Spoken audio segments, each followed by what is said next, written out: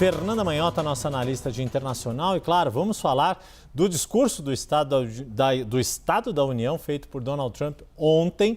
Fernanda Manhota participou da cobertura e selecionamos os 5 principais pontos do discurso. Já está aqui na nossa tela também, Manhota. Queria começar com os assuntos domésticos e aquele que era mais do que esperado, economia e tarifas. Economia, a grande preocupação dos americanos, e tarifas, a grande novidade deste primeiro mandato, ou uma das grandes novidades. Trump disse ter herdado do governo Joe Biden a pior inflação da história, criticou a Suprema Corte pela derrubada do tarifaço. O que mais que você destaca sobre esses temas? Boa tarde, bem-vinda mais uma vez.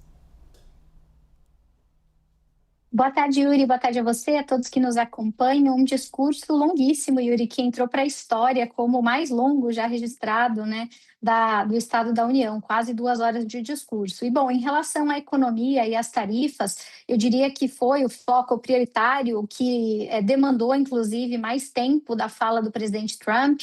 Ele fez um passeio sobre os dados, né, macroeconômicos do país, falou, como você disse, a respeito da inflação, falou sobre o desemprego, que é de fato baixo nos Estados Unidos agora, falou sobre uma série de propostas para reduzir impostos nos Estados Unidos, e inclusive, Yuri, chegou a sugerir algo que repercutiu muito entre os economistas norte-americanos entre ontem e hoje, que é a ideia de vincular as tarifas a uma possibilidade de eventual redução do imposto de renda, né? Como se houvesse aí uma substituição de receita nesse sentido, algo que parece bastante improvável do ponto de vista técnico, do ponto de vista real.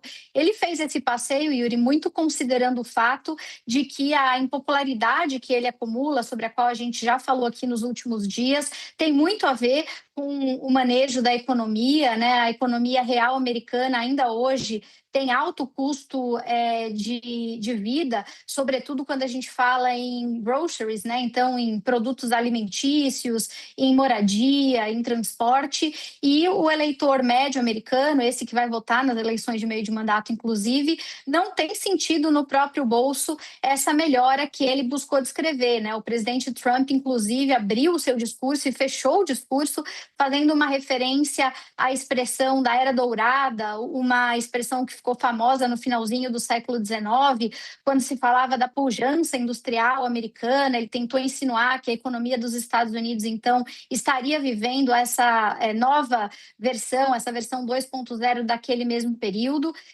E hoje a repercussão, né, foi de fact-checking em relação a esses dados. Basicamente, o que a gente poderia resumir dizendo, Yuri, é que não houve nenhum dado mentiroso nesse sentido da economia, mas que houve uma certa seletividade. O presidente Trump jogou luz sobre o que era favorável e deixou de lado o que era desfavorável. Por exemplo, a inflação, ela de fato está um pouco menor, mas ainda está acima da meta. E isso é um problema que afeta diretamente esse custo de vida dos Estados Unidos. E isso explica, para concluir, Yuri, por que apesar dele ter apresentado esses dados todos, as pesquisas de opinião não refletem essa mesma perspectiva otimista pelos eleitores, né, pelos cidadãos. As pesquisas que foram anunciadas ali às vésperas do Estado da União, horas antes, davam conta de que 6 entre 10 americanos entendem que a vida no campo econômico está pior agora do que estava um ano atrás, Yuri. Pois é, né? Lembrando que foi lá nos Estados Unidos que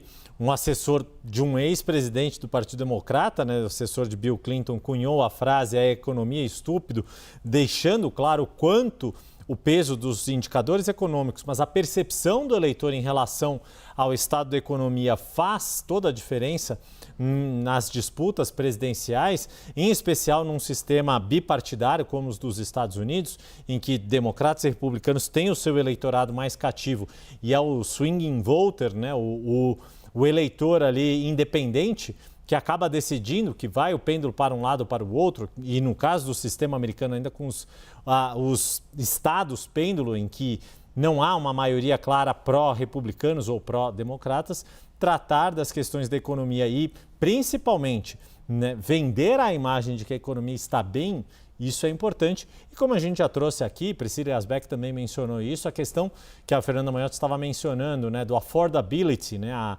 capacidade de custeio da própria vida, de conseguir dar conta das despesas básicas, né, principalmente as compras de alimentação, os groceries, né, ir até o supermercado e não sair com a sensação de que tudo ficou mais caro. Isso foi determinante durante o governo Joe Biden, ajudou a levar Donald Trump para, mais uma vez, ocupar a Casa Branca e agora também é uma questão que tem sido colocada aí pelos analistas da política norte-americana como um dos fatores que explica a baixa aprovação do governo Trump neste momento. A gente ainda tratando dos temas domésticos que foram abordados no Estado da União por Donald Trump, depois a gente trata dos temas de política externa, falou de imigração e de segurança nacional, bandeiras que Trump trazia desde a sua campanha, defendeu o fim das chamadas cidade-santuário e citou uma suposta fraude envolvendo a comunidade somali em Minnesota. É daqueles discursos que Donald Trump volta e meia menciona envolvendo algumas comunidades.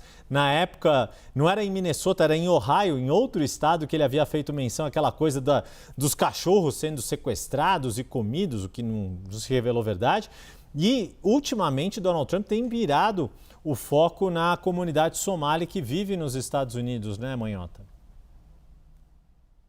Pois é, Yuri, talvez esse tenha sido um dos momentos, né, de maior comoção durante o discurso do Estado da União. A gente já está acostumado em sempre presenciar protestos, aquele levanta e senta, né, de apoio e de rejeição ao que o presidente fala, dependendo da audiência entre republicanos e democratas. E no momento em que ele entrou na temática imigratória e defendeu o ICE, falou sobre essa relação permanente entre segurança, crime e imigrantes indocumentados, houve ali, inclusive, uma troca de ofensas verbais entre ele e algumas lideranças democratas, que, inclusive, em alguns momentos a gente conseguia ver, usavam pins, né, aqueles botões escrito mensagens contra o ICE e coisas do tipo, inclusive fazendo referência, né, aos abusos do ICE. O que chamou atenção no campo imigratório, Yuri, não foi tanto o que o presidente Trump disse, porque basicamente o discurso, não só nessa esfera, mas como um todo, ele foi um pouco de mais do mesmo em relação ao que a gente já esperava. Mas chamou atenção no caso da imigração o que ele não disse.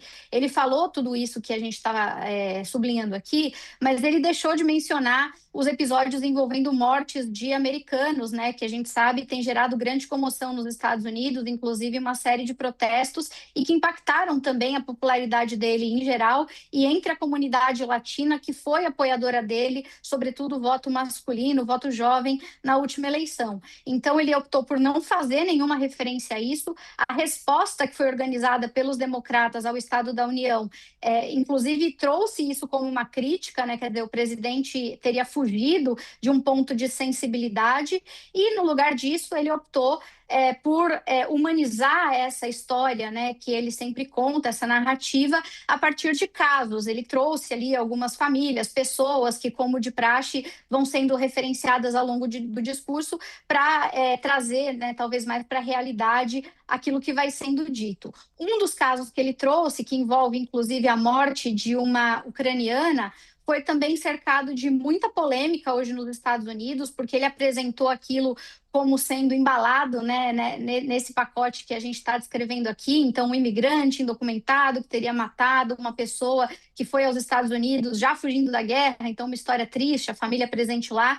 E existe uma grande controvérsia, inclusive, sobre como esse crime aconteceu. Então, hoje, além de tudo que não foi falado, alguns casos como esse tiveram o fio do novelo puxado para dizer, calma lá, né, não é bem assim como foi contado ontem à noite. De qualquer maneira, foi um período, um momento ali de comoção. Esse com o ICE e, como a gente já sublinhou antes, também protestos dos democratas em relação a outras coisas que remetem à ideia de racismo, Yuri. Para seguir na nossa listinha, Manhota, eu queria bem rapidinho tocar numa questão política, para depois ainda dar tempo de tratar de política externa, que foi a menção de que Trump não aceita a derrota que sofreu em 2020 para Joe Biden e diz que este deveria ser o seu terceiro mandato.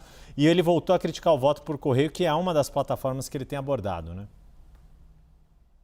Pois é, então fazendo uma resposta aqui em bullet points, número 1, não existe, segundo a Constituição americana, terceiro mandato. Cada vez que ele fala isso, ele cria arrepios na espinha, né, de quem preza pela estabilidade institucional dos Estados Unidos. É bem complicado entrar nessa matéria. Número 2, né, a gente está falando de um tema já superado, que já foi escrutinado na justiça, não existem dúvidas sobre os resultados da eleição de 2020. E número 3, ele faz isso não só como uma forma de buscar autolegitimação, mas preparando o território para as eleições de meio de mandato. É aquela história, se o resultado da eleição for favorável, ele vai dizer que o sistema funcionou perfeitamente. Se o resultado for desfavorável, ele vai questionar, ele vai dizer que já havia sinais de que há problemas nesse sentido.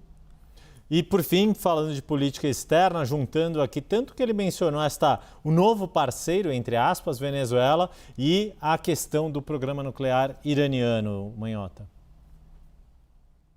Olha, Yuri, em relação à Venezuela, ele falou muito brevemente, na verdade, mais para consumo doméstico, falou sobre as vantagens vindas do petróleo, que agora abastecem os Estados Unidos desde a intervenção, então foi mais nessa linha, né? Então, quando ele se refere ao parceiro Venezuela, no fundo, ele está tratando isso como uma relação transacional de interesse econômico, e do ponto de vista de segurança, já que ele condecorou com a medalha de honra um dos oficiais que participou do processo, e com isso tentou enaltecer a superioridade militar dos Estados Unidos. Eu diria que tem mais a ver com esses gestos, né, que são de consumo interno, do que necessariamente com uma grande estratégia para a Venezuela. Ele não revelou ali nenhum grande plano diferente do que a gente já se acostumou a ver. E o mesmo para o Irã. O Irã foi até uma surpresa. Muita gente apostava que ele talvez fizesse anúncios mais ousados, que ele revelasse ali algum plano adicional, até porque tem havido movimentação significativa ali no entorno do Irã, no Oriente Médio, e a qualquer momento, né, a gente espera por algum tipo de intervenção ou de ação militar por lá. Mas ele não fez isso. Ele, claro, deixou sublinhado, deixou evidente que não apoia o programa nuclear iraniano, disse que os Estados Unidos estariam dispostos a fazer o que fosse preciso para evitar algo nessa linha, mas foi até bem comedido. Minha hipótese, Yuri, é que a negociação está em estágio avançado, ele não quis se comprometer, ele não quis atrapalhar o que está em andamento, então eu diria que uma chuva de clichês no caso do Irã também. Fernanda Manhota trazendo aí uma ampla análise do que disse Donald Trump no discurso do Estado da União.